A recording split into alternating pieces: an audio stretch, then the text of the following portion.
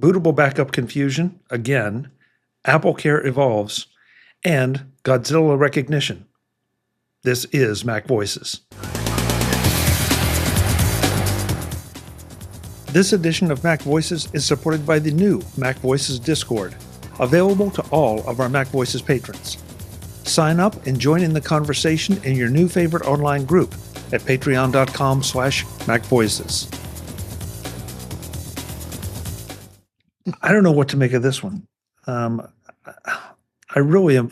I need to go and read a whole lot more because we've had a couple discussions here, and recently we've had a discussion about just it's time to leave bootable backups in the rearview mirror and move on. Pretty much. And then today or yesterday, Dave Nanian of Super Duper fame came out and said that the bug that was preventing his software from making bootable backups has been fixed in 18.3, but it doesn't always work. I don't know. I want to try it, but it would scare me if it doesn't always work to even think about depending on it. And especially in a backup situation, that I've got something and I've made a backup, and yeah, it may boot, may not. That doesn't. I'd almost rather just say it won't boot, and then I adjust my policies and procedures accordingly. I use a competing product. I don't know how it would work with a carbon copy cloner. So apparently, from what I have not read anything, Web, that counteracts the fact that Carbon Copy Cloner does not do bootable backups. And I respect Dave. Yeah. Dave's been a long time fixture in the community, and so I really want this story to develop a little more, one way or the other, so we can figure it out. Because that would be great if we did have that ability again. So he says it do. We do. We do what? Have that ability to make bootable backups? Yeah.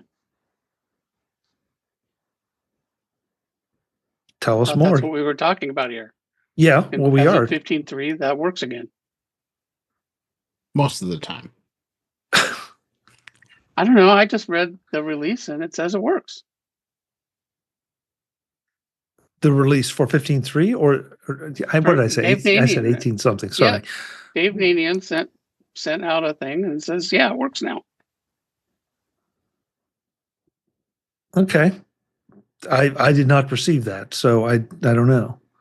Oh, I thought that's what we were talking about, that you were responding to his notice about that.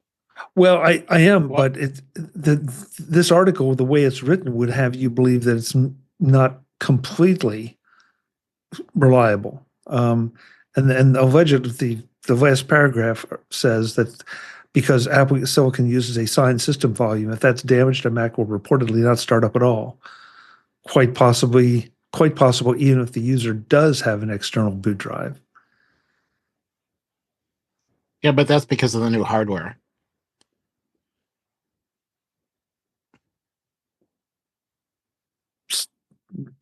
You're still left with a situation where you were depending on a bootable backup and it doesn't boot. Yeah, but that was a problem even before the OS stopped working. Right. Yeah. Right. I mean, wasn't checking your backups always a thing that was a good idea? Oh, of course. Yeah, but it on the ARM chips, if your drive was damaged badly enough, then it might not let you boot from an external drive, was the problem. Even off a network boot? There is no network boot on those machines. That's Intel. Oh, I'd rather have network boot. I haven't had to do it in so long. Marty, you want to read the quote that you threw in our chat? Yeah, this was in the article, which confused me. As Nanian notes, however, this does not mean that bootable from the backup copy will work in all situations. It solely means that this specific failure has been fixed in macOS 15.3, which suggests an error. Which suggests it was an error. So it's back to working as well as it worked before. Which was apparently not 100% reliable. I mean, you still would have all your data. Yeah. So just Yeah, look, I something think before the backup itself would fail. So it's backing all the data up, but might not be bootable, but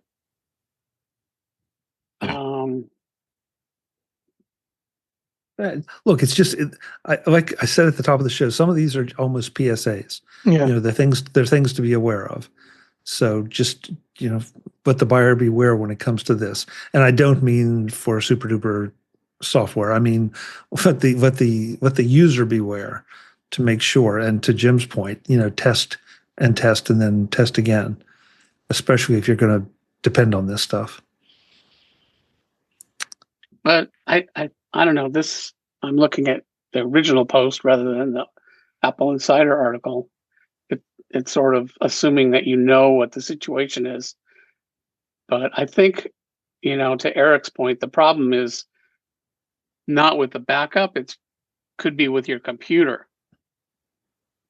So it's like, okay, like if your computer doesn't work, your backup won't boot. What else is new? There's just a broader range of your computer doesn't work. Jim, what I'm confused about, want to find out about, is that in the old days under the Intel, I could create a bootable backup, and if my main Mac died, I could go over to the Mac over there, plug it in, boot from that, and I've got everything, including my production environment, back. And that's what I'm not clear about here as to whether this, because you're absolutely right. If the Mac is broken, the Mac is broken. But does that bootable backup then allow me to transfer over to another machine and keep on going? Yeah, you just can't boot right away. You'd have to pull your data back off again onto a new machine. I guess the question is, can you take these bootable copies and use them on a different machine than the one they were made on? No. Or are they locked to the machine somehow?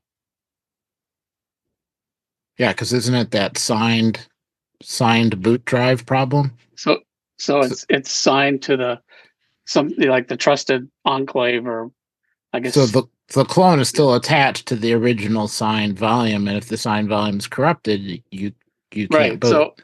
So you can no longer do what Chuck said. You can't take a bootable backup and boot it on a machine other than the one that was made on. Full stop. That will never work. I believe so. Yeah, I think you're right. So that but your data is still there. Of Chuck's is just like, yeah, forget it.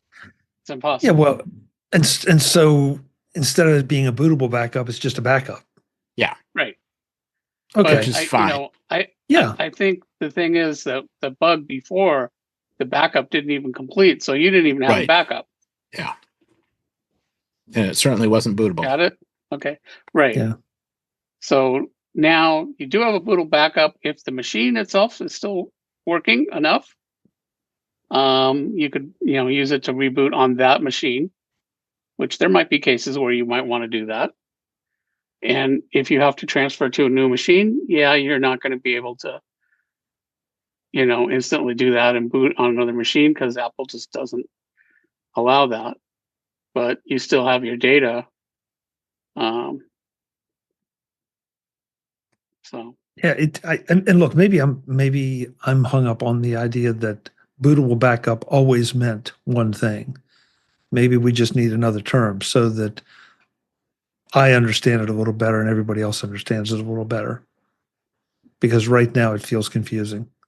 And I'm not blaming anybody. I mean, Apple has indicated that they were moving away from bootable backups. The old bootable backups. Yeah. So Well, no, totally blame Apple. no. This is a decision they've made.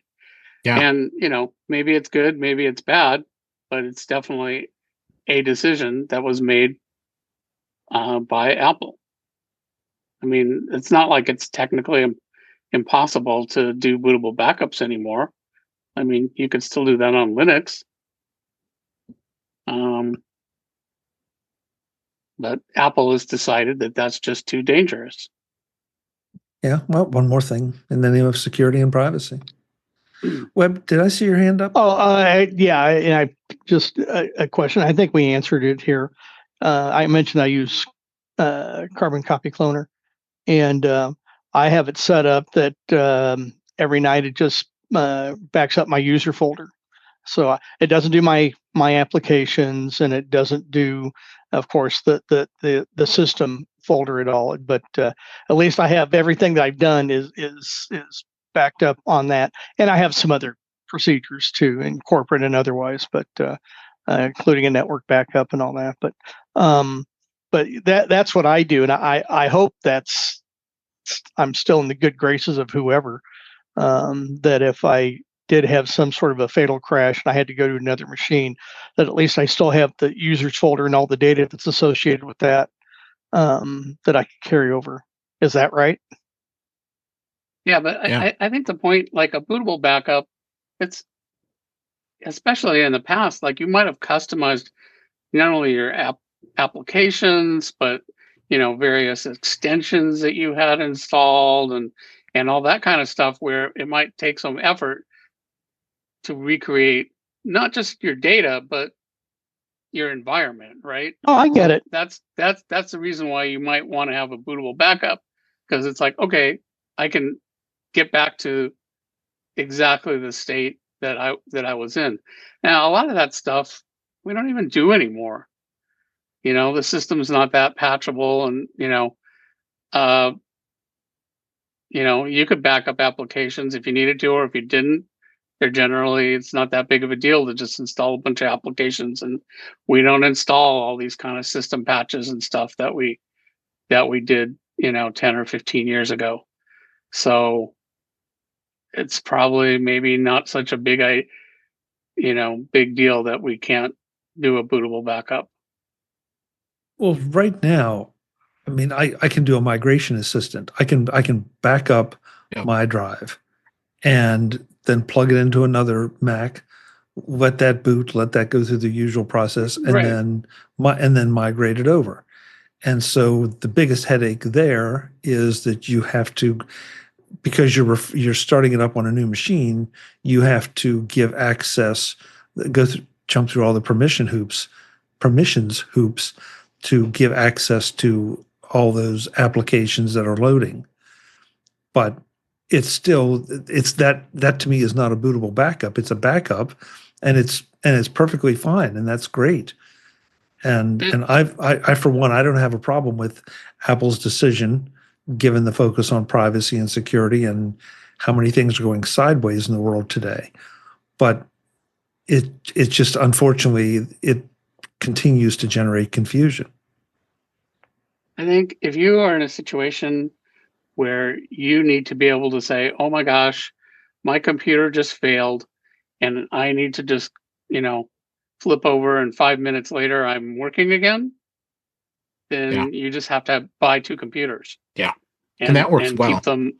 Keep them when you install software on one, you install it on the other.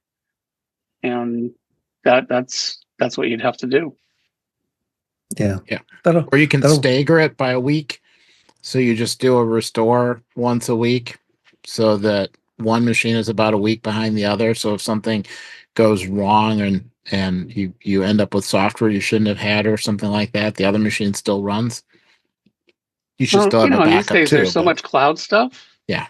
That, I mean, even, I think this story was probably 15 or maybe even 20 years ago. My mom never had a computer until she was like 83. Wow. And then she got one, and then she was using it all the time. And then about 4 years later, she spilled liquid on it. Oh, And of course, she hadn't backed up anything ever, right?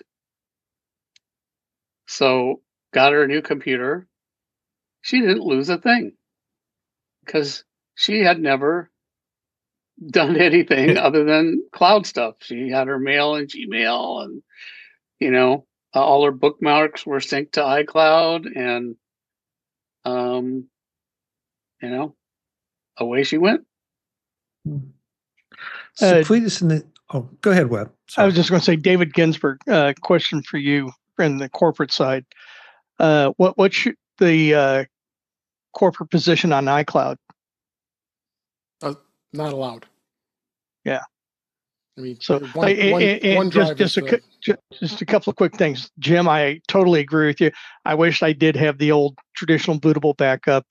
While I haven't had any problems like this recently, I can go back in history that I've been doing this stuff, and how Carbon Copy Cloner specifically, they should give me a free license because I'm saying it so much tonight. But how many times did that save my butt when it was more of a freebie or kind of a donation, where I sent Bombich $100 just because he saved my ass so many times. So anyway, I do wish that they did have the true bootable backup or the ability to clone. Is how I would define it. Just because. Web, excuse me. What were these? Why were you having failures on a regular basis? Hard drives fail, and I'm not saying anything recently. I'm going back Intel and even PowerPC days. Right. I haven't had anything recently, so. I just. Go ahead. I wish we had it. So, and Apple's doing it. I think that they probably have some reason. It probably has to do with some of their privacy and security and some of those other things that they are so well known for. But it is an inconvenience sometimes. Well, they're concerned that some 25-year-old employees of Elon Musk might break into your facility and try to access your systems. Oh, they're younger than that. Yeah, really. Dave, you I want to go back to your question and comment, Webb. In the corporate world, I think it's very prevalent that OneDrive is the de facto choice of backup. The good thing is, on the corporate side, you do have folder redirection for Macs. So what happens is the fact that it folder redirects like the desktop and the documents and the folders that don't normally get backed up, because that was never. It was always a running joke that you have no way of being able to back up the primary folders that we store things. So users were storing everything on the desktop and documents and stuff, and it wasn't being backed up. They had to actually go to the OneDrive folders and manually copy it, which was ridiculous. So you've got that part of it with OneDrive. The nice thing is they've now finally implemented the folder redirection. I mean, they've had it on Windows, of course, forever, but that's I think generally in most corporations look at that way, because I think most corporations are Microsoft shops that's the best way to do it, and it's secure because it's within the security of the corporate environment. Yeah, I can't use iCloud. Right, nobody can. Corporately. The other thing I'll add too is in the sense of what iCloud. Yeah, Apple is not a corporate type of support. Has corporate support with iCloud. Most companies, if they're a big Apple shop, their domains are locked down to single sign-on, so it locks it specifically to the company. So if you were to sign in to the iCloud sign-in for your Mac and the corporate side of things, it will automatically block iCloud. It just won't be usable. I mean, you could use it for other things, but most of the time, an MDM is supporting the device like Jamf to keep it locked down. So you got that side of things too. So that's the other reason why iCloud won't work in the corporate world. iCloud, OneDrive. Shoot me now. I know. Shoot me now. Cletus in the chat room. This is interesting, and Cletus, I know Jim was joking a little bit, but Cletus says, my simple solution: boot a Linux Arch stick and DD the whole disk to another disk. and reverse it to restore. Or make a Hackintosh. You can still make bootable backup there. And I think Jim hit it square on. If somebody gets a hold of my bootable backup drive, they can access anything they darn well please. That's true. And so, unless you encrypt it. But if they get the password, well, but that's, why do you have the word bootable?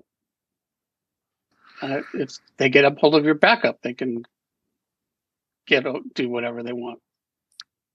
Not the data is not. I mean, that's encrypted too. But Dave, correct me if I'm wrong. But I don't think they can. I don't think that they can access my data on a backup disk. Just if they plug in a backup disk. What good is a backup if you can't get the data off? Well, that's why you got to use FileVault to encrypt it on a Mac. You really need to do that to keep it secure, or at least you should be. Yeah. I mean, in the case of cloud, like OneDrive, it's already encrypted and it's not accessible without the user account.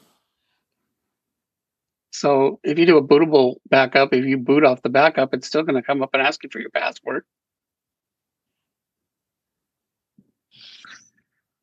Okay. Yeah, like a Time Machine. When you plug it in, you set it to be encrypted. You got to put the password in to be able to access it. That's how I've got mine set up. I mean, I'm doing Time Machine, I'm doing iCloud, I'm doing OneDrive. I mean, we're all in the cloud world.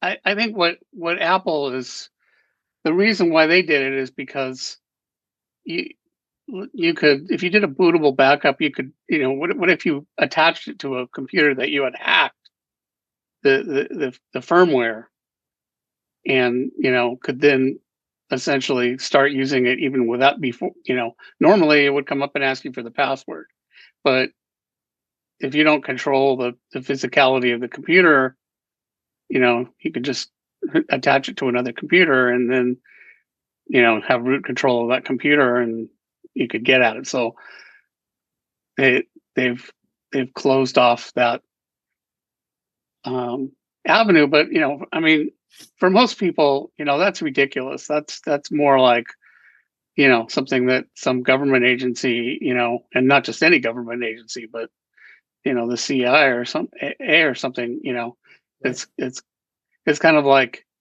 okay, we're gonna put this, huge complicated lock system on a gate in a fence when you can just hop the fence.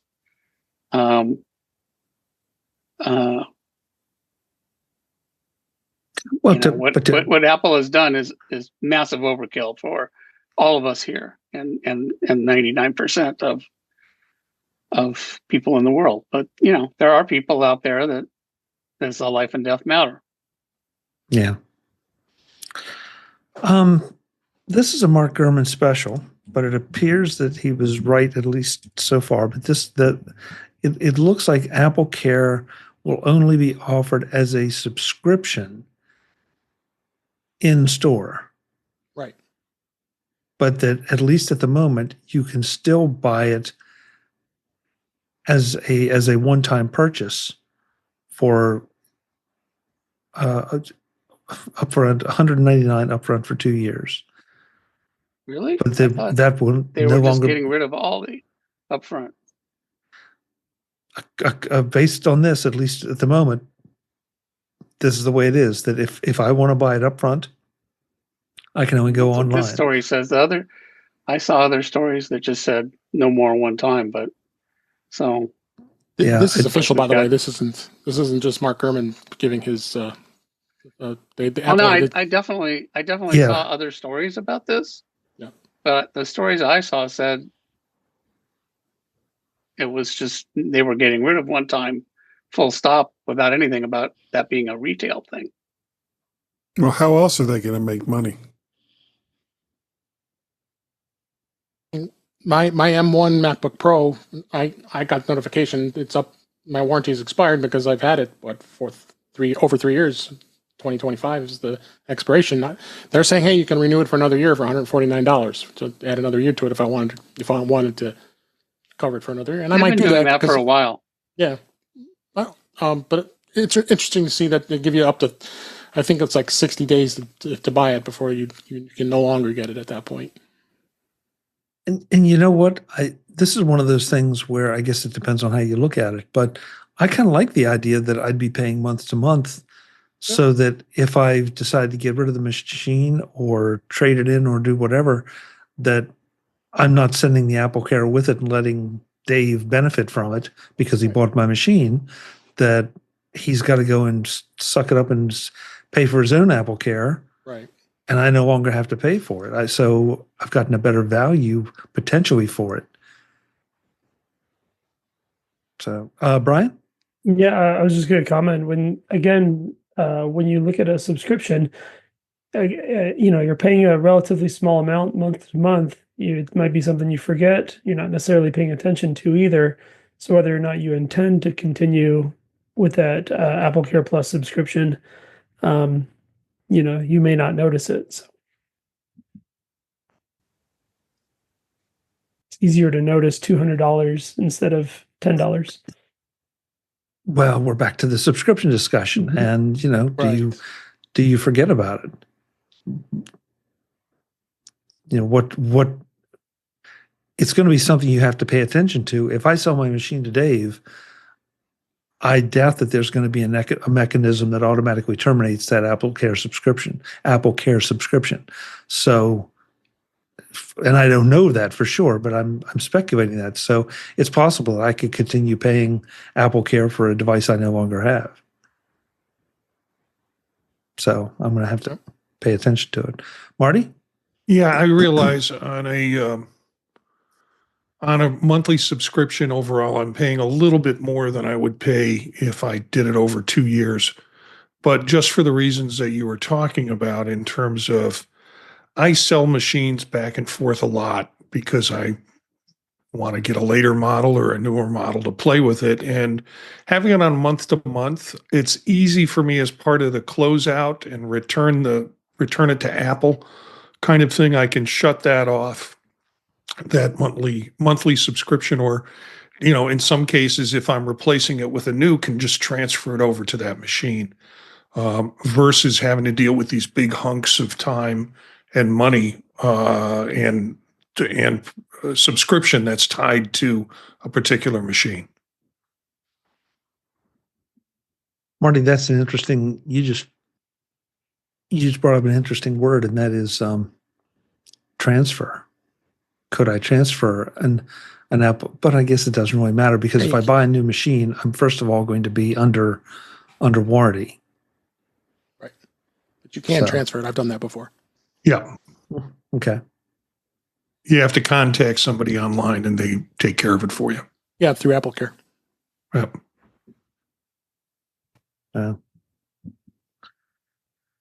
We're starting to wind down here, but Marty, I heard you say a little something about this last night. Well, not this exact thing, but related to it. And that is that Apple TV Plus's Monarch Legacy of Monsters was named Best Adventure Television Series at the Saturn Awards.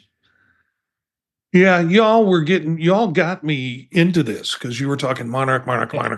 And so I started watching it. And of course, works really well with the Vision Pro. It's that spatial kind of stuff. And then that got me interested in the Godzilla series that had come out over the years.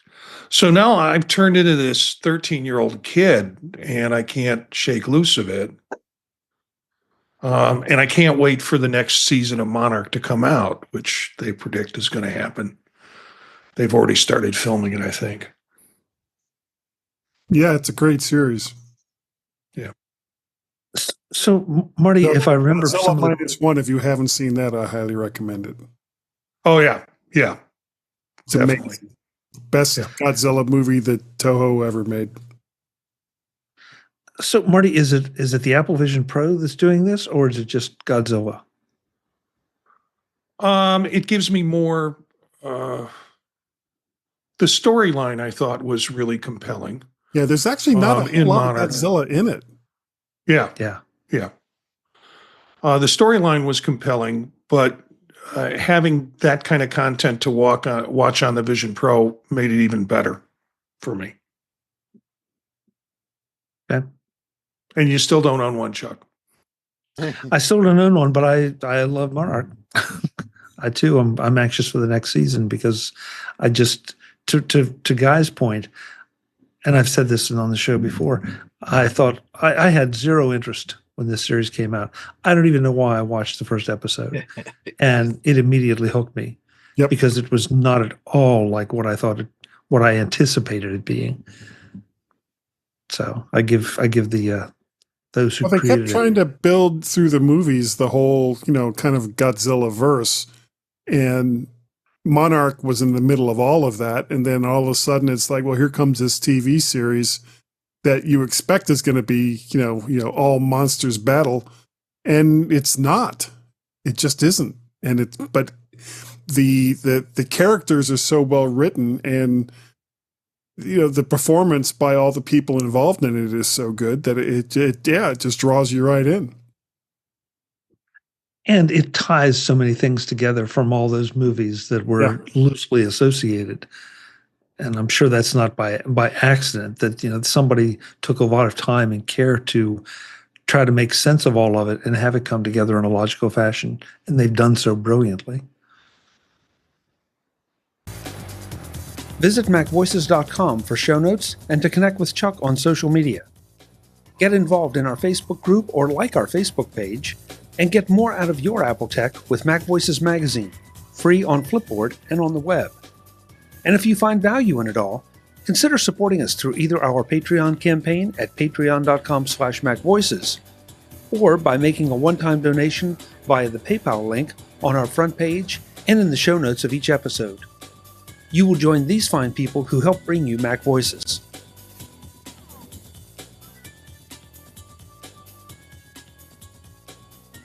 Advertising handled by Backbeat Media at backbeatmedia.com. Bandwidth provided by CacheFly at cachefly.com.